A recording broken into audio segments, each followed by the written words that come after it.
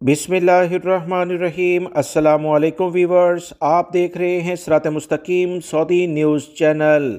आज 7 नवंबर 2025 है। इस्लामी कैलेंडर के लिहाज से 16 जमादिल अव्वल 1447 की तारीख बनती है।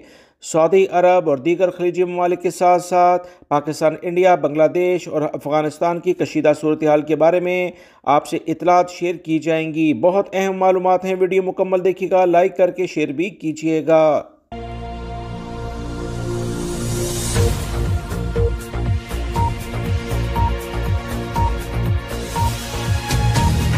वीवर्स, कुछ अहम इतलात के ज़रिए ये बताया गया है कि इंडिया 7 से 12 नवंबर के दरमियान पाकिस्तान पर किसी भी किस्म का हमला करने की कोई शरारत कर सकता है। इतलात कुछ ये आई हैं कि भारतीय मीडिया की तरफ से एक बार फिर से फॉल्स फ्लैग ऑपरेशन के हवाले से खबरें गर्दिश कर रही हैं।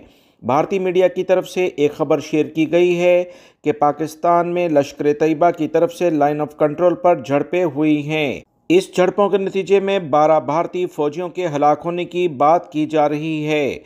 ये खबर अभी तक मुतनाज़ है क्योंकि पाकिस्तान की तरफ से ऐसी किसी भी खबर की तस्दीक नहीं की गई।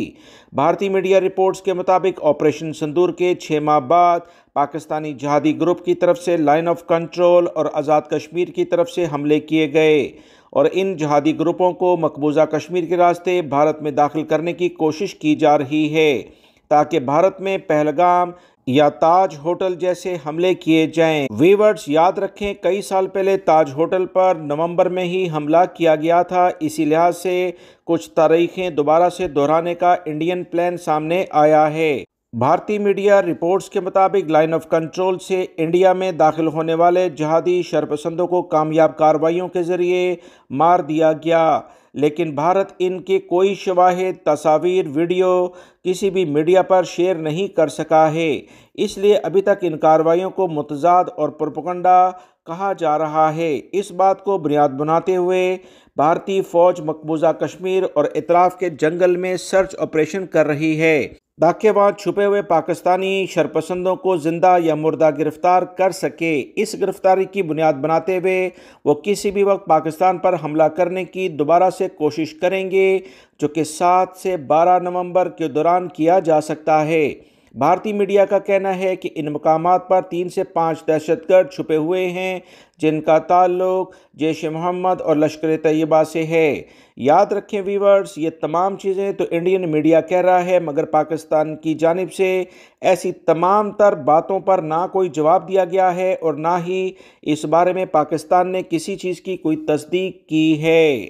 अफवाज पाकिस्तान का कहना है कि पाकिस्तान की सरजमीन के चप्पे चप्पे का दिफा इस तरह से किया जाएगा कि दुश्मन हमेशा अपनी तारीख में इसे दोहराने की दोबारा कभी कोशिश नहीं करेगा।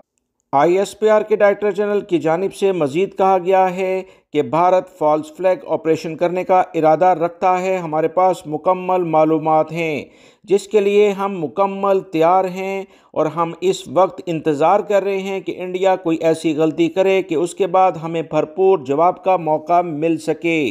पाकिस्तान के मिलिट्री ऑपरेशन DG ISPR की जानिब से मज़ीद कहा गया कि अब वो तमाम तर हरबे जो पहले इंडिया इस्तेमाल करके पाकिस्तान को बदनाम करने के लिए दुनिया में प्रोपेगेंडा करता था, उसे हर तरह से अब नाकामी हो रही है। इंडिया खुद भी जान चुका है कि पाकिस्तान की नेवी, फ़ज़ाइया और बर्री फ़ौज हालात जंग की पोजीशन में आ चुकी हैं। इसलिए इंडिया अपने अज़ाइम में नाकाम हो रहा है और इसलिए गुज़िश्ता कई दिनों से मुसलसल प्रोपेगेंडा मुहिम चला रहा है कि जनरल आसिम मुनीर की रिटायरमेंट करीब है और इनके जाने से सबसे ज़्यादा जो फ़ायदा होगा वो इंडिया, तालिबान और तहरीक इंसाफ को होगा। पाकिस्तान के सियासी हलकों में तहरीक इंसाफ इन तमाम इस्लाहात जो 27वीं तरमीम में किए जा रहे हैं उसकी मुकम्मल मुखालफत भी कर रही है। पाकिस्तान में 27वीं आईनी तरमीम की मंजूरी की जानिब इक़दामात बहुत तेज़ी से आगे बढ़ रहे हैं। इस तमाम चीज़ों को ख़राब करने के लिए पाकिस्तान में सियासी हलचल पैदा करने की इंडियन कोशिश एक बार फिर से शुरू हो चुकी है। पाकिस्तान में इस वक्त वाहिद सियासी पार्टी तहरीक इंसाफ है जो ऐसे हालात के ख़िलाफ़ है जो आर्मी चीफ की मुद्दत मुलाजमत की तोसी की वजह बने और इंडियन अफवाज भी इस बात की मुंतज़िर है कि आर्मी चीफ की मुद्दत मुलाजमत में तोसी ना हो और आसिम मुनीर रिटायर्ड हो जाएं, तो कोई दूसरा जर्नैल आए तो उसके साथ नया सेटअप आगे बढ़ाया जाएगा। वीवर मज़ीद जो डेवलपमेंट पाकिस्तान और दीगर ममालिक में हो रही है, आपको पता होगा कि 3 नवंबर को इस्तांबुल में 8 ममालिक का अहम इजलास हुआ, जिसमें तय पाना था कि गज़ा में किस तरह से अफवाज को भेजा जाए, मगर ये अभी तक तय नहीं हुआ कि पाकिस्तानी अफवाज गज़ा में तैनात की जाएंगी या कि नहीं। यहाँ ये सवाल है कि आखिर किन शराइत की बुनियाद पर पाक फ़ौज को भेजने का इरादा किया जा रहा है, क्योंकि यहूदी रियासत पाकिस्तान और टर्की की गज़ा में तैनाती के हक़ में नहीं है। अलबत्ता इंडोनेशिया और अज़रबैजान की अफवाज के लिए यहूदी वज़ीर आज़म खामोशी इख्तियार किए हुए हैं।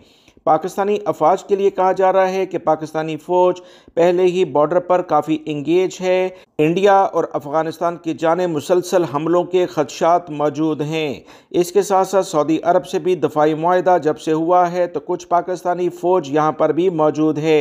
इस तमाम सूरत हाल में पाक फ़ौज गज़ा में जा सकती है या कि नहीं, इस बारे में काफ़ी सवाल भी उठ रहे हैं। इसराइली फ़ौज ने पाकिस्तानी फ़ौज के हवाले से मुसलसल मनफी प्रोपगंडा और मुतनाज़ा होने के साथ साथ भारतीय फ़ौज की सरपरस्ती भी जारी रखी हुई है। पाकिस्तानी फ़ौज और पाकिस्तानी पुलिस इससे पहले वीवर्स याद होगा कि बोस्निया में अहम इकदाम कर चुकी है, जिसे दुनिया ने सुनहरे हरूफ से अभी भी याद किया हुआ है। लेकिन गज़ा के हवाले से पाकिस्तानी अवाम की राय ज़्यादा मुस्बत नहीं है। अवाम का ये कहना है कि इसराइल पाकिस्तान का खुला दुश्मन है और हमारे अज़ली दुश्मन इंडिया की मुसलसल सरपरस्ती भी कर रहा है। ऐसी सूरत हाल में पाकिस्तान की फ़ौज की तैनाती के बाद इसके मनफी और कशीदा असरात पाकिस्तान में भी रोनमा हो सकते हैं। लोगों का कहना है कि अगर पाकिस्तान की फ़ौज को गज़ा में पुलिस की तरह सिर्फ तैनात किया गया तो ये हालात हमारी फ़ौज की सलामती के लिए बहुत ज़्यादा ख़तरनाक साबित होंगे, क्योंकि अगर गज़ा में हालात कशीदा हुए और इसराइली फ़ौज ने कार्रवाई शुरू कर दी तो ऐसी सूरत में पाकिस्तानी फ़ौज के पास असला मुनासिब ना होने की बिना पर वो दिफा करने में नाकाम होंगे, जिससे फ़ौज की बदनामी भी होती है। पाकिस्तान के लिए मज़ीद फ़ौज भेजना और वहाँ तैनात करना भी मुश्किल हो जाएगा और वहाँ मौजूद दस्तों की हिफाजत भी मुश्किल तरीन मरहले में चली जाएगी। जबकि पाकिस्तान के 3 बॉर्डर इस वक्त कशीदा सूरत हाल से दो चार हैं, लिहाजा पाकिस्तानी फ़ौज अगर गज़ा में जाए तो मुकम्मल इख्तियारात और भरपूर असले के ज़रिए जाए ताकि दुश्मन का मुकम्मल मुकाबला भी कर सके। सऊदी अरब में रहने वाले तमाम गैर मुल्की और सऊदी शहरी होशियार हो जाएं, वरना कवानीन के मुताबिक सख्त सज़ा और जुर्माना भी हो सकता है, जिससे आपको माली और जानी नुकसान भी पहुंचने का ख़तरा है। ताज़ा तरीन इतलात सऊदी अरब में पेट्रोल भरवाने वाली गाड़ियों से मुतल्लिका जारी की गई हैं, जिसमें कहा गया है कि वज़ारत तवारी ने मुल्क भर के पेट्रोल स्टेशन के लिए नई हिफाजती और नज़्म व ज़ब्त के कवानीन जारी किए हैं, जिस पर अमल दरामद सख्ती से किया जाएगा। सऊदी वज़ारत तवारी ने वजाहत करते हुए कहा कि पेट्रोल भरवाने वाली गाड़ियों का इंजन लाजमी बंद होना चाहिए, वरना पेट्रोल इन्हें ना दिया जाए। बहुत अहम इतलात आपसे शेयर कर रहा हूँ। वजारत ने वाज़ेह तौर पर कहा है कि पेट्रोल भरवाने वाली गाड़ियों का इंजन लाजमी बंद होना चाहिए, वरना इन्हें पेट्रोल नहीं दिया जाएगा। वजारत ने कहा कि ये इकदाम अवामी सलामती नज़्म व ज़ब्त को यकीनी बनाने के लिए उठाया गया है। अब पेट्रोल स्टेशन पर दाखिले और इखराज के रास्ते मखसूस और अलग अलग रखे जाएंगे ताकि रश और हादसात से बचा जा सके। कस्टमर्स को पाबंद किया गया है कि वो मुखालिफ सिमत में दाखिल कतन ना हों और सिर्फ मुकर्रर रास्ते से ही आएँ। शहरियों ने हुकूमत के इस इकदाम को ज़बरदस्त सराहा है और इनका कहना है कि कई लोग जल्दबाजी में मुखालिफ सिमत से आ जाते हैं, जिससे पूरा ट्रैफिक जैम हो जाता है। वजारत के सेक्रेटरी बराए फ़नी तंजीम अमूर माजिद अल उतैबी ने कहा कि इन कवानीन का मकसद अवाम की सलामती और सर्विस के मेयार को बेहतर बनाना है। शहरियों ने तजवीज़ दी है कि स्टेशन पर CCTV कैमरे लगाकर खिलाफवर्जी करने वालों पर सख्त कार्रवाई की जाए और इन्हें जुर्माने किए जाएं, ताकि इस तरह की हरकत वो आने वाले दिनों में दोबारा ना दोहराएं।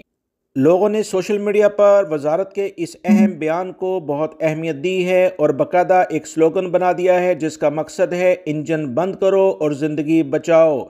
यकीनी तौर पर यह बेहतरीन फ़ैसला सऊदी हुकूमत का है कि ऐसी गाड़ियां जो स्टार्ट हालत में पेट्रोल भरवाती हैं, इनमें अक्सर आग लगने के पिछले दिनों वाक़यात रुनमा हुए थे, जिससे काफ़ी जानी और माली नुकसान मुतवक्का होता है। लिहाजा ऐसी सूरत में गाड़ियों को पेट्रोल बिल्कुल नहीं देना चाहिए।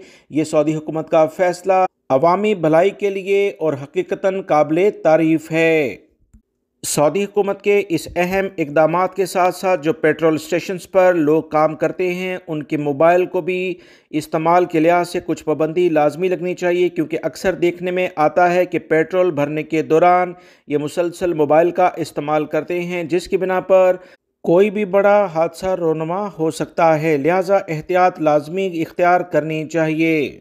पाकिस्तानी FIA की जानिब से कहा गया है कि दर्जनों मुसाफिर ऑफलोड किए गए, इमिग्रेशन मज़ीद सख्त कर दी गई है। पाकिस्तान के एयरपोर्ट्स पर सख्ती मज़ीद बढ़ा दी गई है। वफाकी तहकीकाती इदारे FIA ने इंसानी स्मगलिंग, जाली वीज़ों और मशकूक सफरी डॉक्यूमेंट्स के बढ़ते हुए केसेस के बाद कराची एयरपोर्ट पर इमिग्रेशन चेकिंग मज़ीद सख्त कर दी है। ज़राए के मुताबिक हालिया दिनों में दर्जनों मुसाफिर मशकूक कागजात और जाली स्पॉन्सरशिप की बुनियाद पर ऑफलोड किए जा चुके हैं। इनमें से बेशतर का ताल्लुक मुल्क के मुख्तलिफ इलाकाई बिलखसूस जनूबी पंजाब से बताया जा रहा है। FIA के सेंटर ऑफिसर की जानिब से कहा गया कि ये इकदाम किसी सूबे या इलाके के ख़िलाफ़ नहीं बल्कि इंसानी स्मगलिंग और एजेंट माफिया के ख़तरात के पेश नज़र किया जा रहा है। FIA ने कहा कि बाज़ मुसाफरों के वीज़ा स्पॉन्सरशिप की मालूमात मुकम्मल नहीं थीं, जबकि कुछ पहली बार बैरून मुल्क सफ़र कर रहे थे। ऐसी सूरत में इमिग्रेशन एहलकारों ने मज़ीद जांच पड़ताल की तो इन्हें कुछ मालूमात पर शक हुआ, जिसकी बिना पर इन्हें रोका गया है। ज़राए के मुताबिक गुज़िश्ता चंद दिनों में पाकिस्तान से सऊदी अरब, मुत्तहिदा अरब अमारात और यूरोप जाने वाले कई मुसाफरों को ऑफलोड किया गया, जिनमें रोज़गार और मजहबी फरीज़े की अदायगी के लिए जाने वाले अफराद भी शामिल हैं। कुछ पाकिस्तान से ऐसे अफराद भी डायरेक्टली साइप्रस की जानिब और टर्की की जानिब जा रहे थे। पहली दफ़ा वो ये सफ़र कर रहे थे, उन्हें रोक लिया गया है। FIA के तर्जुमान ने कहा कि हमारी पॉलिसी किसी मखसूस इलाके के ख़िलाफ़ नहीं, लेकिन जाली और नामुकम्मल डॉक्यूमेंट्स वाले अफराद को बैरून मुल्क जाने की कतन इजाज़त नहीं दी जाएगी। हुकाम के मुताबिक बाज़ अफराद लाहौर या इस्लामाबाद की बजाय कराची से सफ़र करने की कोशिश करते हैं ताकि निगरानी से बच सके, लेकिन अब तमाम एयरपोर्ट्स पर सख्त चेकिंग शुरू कर दी गई है। FIA का कहना है कि ये तमाम इक़दामात अवामी सलामती, शफाफियत और कौमी मुफाद के तहत किए जा रहे हैं ताकि शहरी और एजेंट माफिया का जो घिनौना खेल चल रहा है उस पर काबू पाया जा सके। हैरानकुन तौर पर इस तमाम सेटअप में पहले से ही क्यों ऐसे इक़दामात नहीं किए जाते कि इनके वीज़े ही प्रोसेस ना हों, ना कि इन्हें एयरपोर्ट पर इस तरह की शराइत के ज़रिए रोका जाए। वो तमाम जालसाज लोग जो कि इस वीज़ा प्रोसेस में शामिल होते हैं, पहले वो इन तमाम पाकिस्तानियों से माल खा लेते हैं, फिर एयरपोर्ट पर इन्हें मज़ीद पकड़ लिया जाता है। तो ये किस तरह का काम चल रहा है।